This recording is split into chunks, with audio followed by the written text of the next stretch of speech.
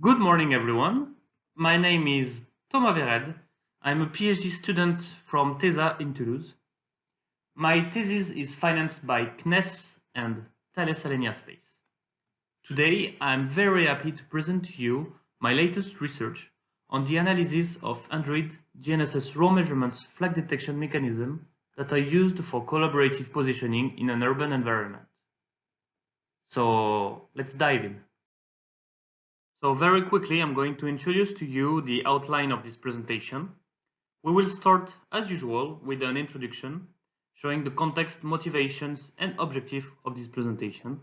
Then I will be able to expose the methodology used for this analysis before showing you our results that we obtain and drawing conclusions.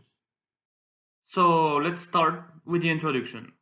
As most of you already know, in May 2016, Google announced that GNSS raw data measurements will be available on Android devices. This revolution encouraged smartphone and chipset manufacturers to upgrade their GNSS components in order to unlock new positioning capabilities. As of today, anyone with an Android device is able to record multi-constellation and multi-frequency GNSS data, in addition to different smartphone sensors data. Now, the opportunity of connecting billions of GNSS smartphone data coupled with the development of an advanced crowdsourced GNSS processing techniques motivated my PhD thesis, which is called Precise Cooperative Positioning of Low-Cost Mobiles in an Urban Environment.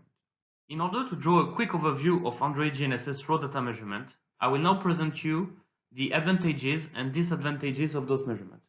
So first of all, we know that it's very easy to record via already made applications. It supports technological innovation when the manufacturer have to upgrade their GNSS capabilities. It is also known to be a low-cost GNSS receiver. But this, however, comes at a price with a poor quality antenna. We can find, on the other hand, a very detailed documentation on those measurements online, and it supports the analysis of smartphone embedded GNSS algorithm. If we go back on the drawbacks, we still have duty cycle, which can prevent the good process of the recording data. Then we have a variety of smartphone models and brands, and this variety is crucial here because the manufacturer can implement whatever they want on their smartphone, and maybe some parameters would differ from one phone to another. And then the most important one is that we do not have any information on receiver architecture and tracking loop parameters. Our main motivation for this analysis is to develop a collaborative positioning system between smartphone users. The development of such algorithm aims at taking advantage of the increasing number of smartphones in urban areas in order to increase positioning accuracy. So the following bullet points that are shown here represent the steps that we have to take in order to develop the intended method. An important point is to be able to characterize different smartphone positioning performances and to identify key performances positioning parameters to be shared among network users. Now, the Android GNSS raw measurement API provides multipath and cycle slip flag detection mechanism. However, there is very few information about those flags, and we don't know how they are computed, and working with them can become ambiguous. So our objective for this presentation will be to characterize multipath and cycle slip flag detection mechanism, analyze their behavior in real life and urban environments, and then assess their suitability as smartphone performance parameters in order to be shared in our collaborative network. Let's talk about the methodology that we used now. In our study, we used 7 recent smartphones. They represent the diversity of Android that we can expect to find in today's city centers. Moreover, they all use different chipsets and from the 3 main chipset manufacturers. So a data comparison analysis will be possible with those phones. They were all operating Android 10, and they have multi-constellation and multi-frequency capabilities, except for the Google Pixel. So this slide shows how we did the protocol for the experiment. So we used two vehicles that were following each other according to a predetermined path around the city of Toulouse. And we decided to mount our smartphone on the rooftop of those cars. And inside the cars, we mounted all our GNSS receivers that were here for reference purposes. Now the picture on the left represents the data collection campaign trajectory that we did in Toulouse. Now it has been implemented multiple static and dynamic collaborative scenarios in order to better represent what a positioning device could encounter in a urban city center. Now to record our data, we use the GNSS Logger application that allows us to retrieve basic GNSS raw data measurement as usual, but not only. With this application, we also have access to extra information that are coming from the GNSS engine status.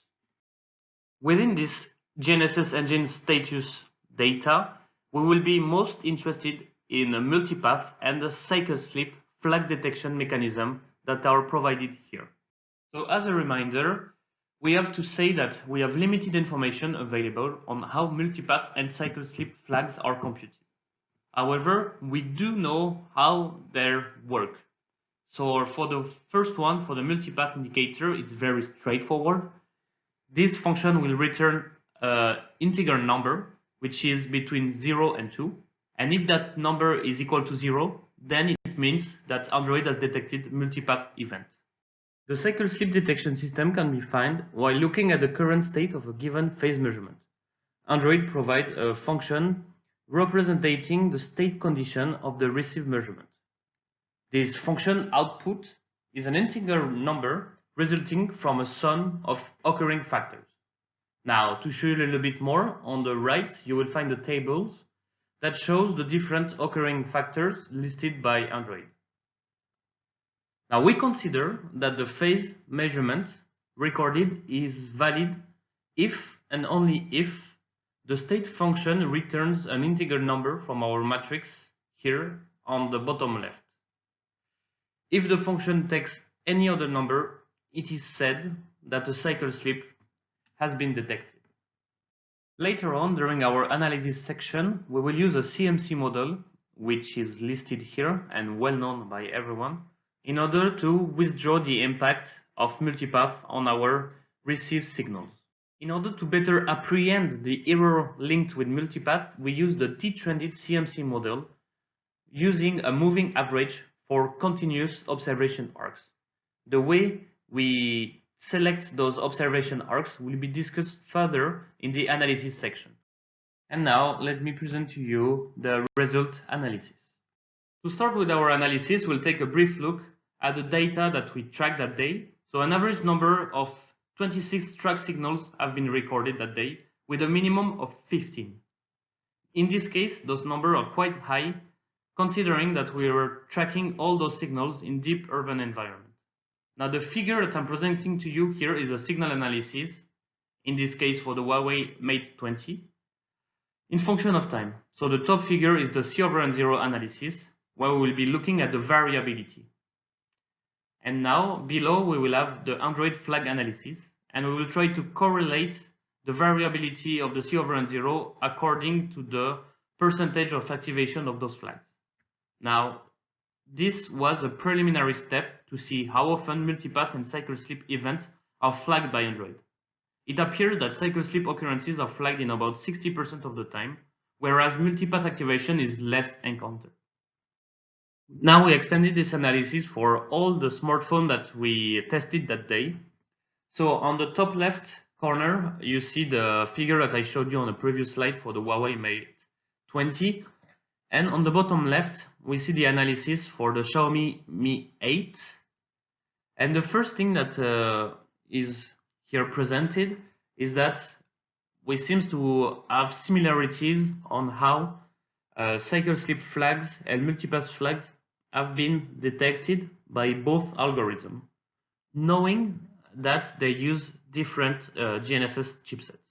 We also observed particular behaviors for both Honor View 20 that we tested. Now I would like to draw your attention and do a comparison between the two top figures, since both smartphones here are using the same GNSS chipset. On the Honor View 20, it seems that the multipath activations is pretty much the same on both smartphones. However, the cycle sleep activation seems to have degraded a lot on the Honor View 20, even though phase measurement is available on this smartphone. Finally, I wanted to present to you the Xiaomi Mi 9 here, which is supposed to be an upgrade for the Xiaomi Mi 8, which is the most recent phone that we use for our data collection campaign. However, as you can see, we did not obtain any multipath flags, neither cycle sleep flags. It's because with this smartphone we do not have access to phase measurement. So we can easily state that both detection mechanisms for cycle sleep and multipath are directly driven by the phase measurement. Now the simple question that we can ask is that if cycle sleep and multipath flag detection are simply based on a naive interpolation of basic GNSS parameters. So what we did is that we conducted a study to see the correlation between basic GNSS parameters. So the figure on the left is the study of correlation between cycle sleep detection and C/N0. If a naive interpolation was made by the Android algorithm, we will expect a high detection rate for low C/N0, followed by a linear degradation toward higher value of C/N0. However, that's not what we observe here. Therefore, we can say that there is no clear correlation. The figure on the right shows the multipath distribution of both Honor View 20s. Still, no correlation exists between multipath detection and C/N0. However, we can note that both smartphones seems to have acted the same way and seems to have the same behavior regarding multipath activations. The same conclusion can be said for our comparison study between flag detection mechanism and satellite elevation. In our paper, we even push further to compare signal frequency and constellation type of both multipath and cycle sleep parameters. However, no direct link and/or correlation was found. So a naive interpolation of basic GNSS parameters is unlikely to be how the Android algorithm detects cycle sleep and multipath events. We are now looking at the behaviors of those flag detection mechanisms. Two types of CMC will be computed. The first one, here called A, is where we applied our CMC computation to our best available signal, which in our case was Galileo PRN12. A computed sliding mean technique was applied on continuous tracking segments. So those continuous tracking segments are pictured by the top plot here. In other words, those continuous segments represent the time when the satellite and the satellite signal was tracked by our smartphone. We then obtain our detrended CMC model, which is the bottom figure. And on the top of that, we plotted the cycle sleep occurrences that were detected by Android. The second type of CMC, denoted B here, is similar to the first one, except that this time continuous segments will be picked in accordance of cycle sleep activation.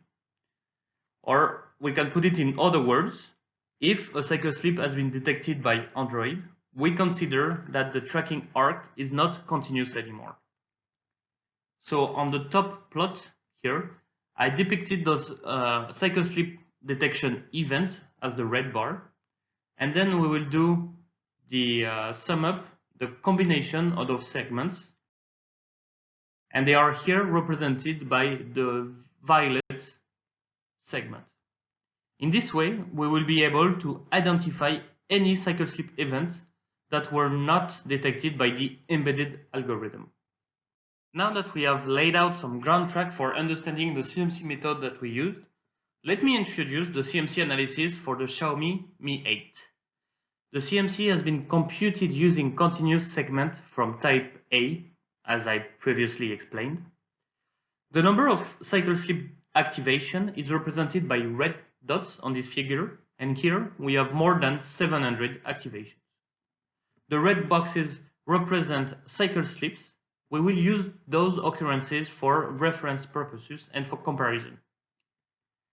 And at the end, we also have a purple box here representing a textbook multipath event that occurred during our data collection campaign. And here we have the second CMC, which is based on the type B, and it shows what happened when we take into account Android flag detection mechanism. The purple dot here represents the multipath activation detected by Android. So overall, the first conclusion that we can draw from this picture is that the multipath flag detection system did not detect our textbook multipath occurrence, which is highlighted by the purple box on both figures. We can assume that the multipath detection mechanism could not detect all multipath occurrences during our collection data. The second conclusion that we can establish here is that our two cycle slip events that have been flagged above by the red boxes have been detected correctly by the Android software, even though it seems that the number of false alarm detection events for the cycle slip is way higher than normal. And now I will finish with my conclusion.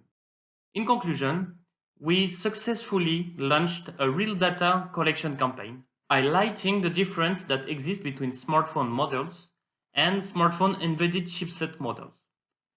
Therefore, showing the importance of developing a smartphone characterization method. Multipath and cycle slip flag detection mechanism could have been useful to determine performance criteria when we envision smartphone collaborative positioning. And that's the reason why we took an interest in those parameters. Now, we did a correlation analysis for multipath and cycle slip flag. And with this analysis, we did not find any direct correlation with basic GNSS parameters, such as C over N0, elevation, frequency, and constellation. All we can say is that Android flag detection algorithms are probably made from a combination of previously cited GNSS parameters. But for the moment, it's still unknown. What we are sure of is that fair measurement is absolutely needed in order to have access to multipath and cycle slip detection mechanism. Now, in the question of their behavior, we will have a hard time to trust multipath detection mechanism. And the cycle slip flag seems to be effective, even if we can note the higher sensitivity of that parameter that activates around 60% of the times once we are in urban conditions. It is unreasonable to use those flag detection parameters as collaborative performance parameters to be exchanged due to their detection inconsistency. Therefore, in the future, we will have to find new key parameters to be put in place in order to successfully implement a smartphone collaborative positioning system in an urban environment. Here are my paper references. And now that's the end of my presentation. Thank you very much for listening to me, and I will now take your questions.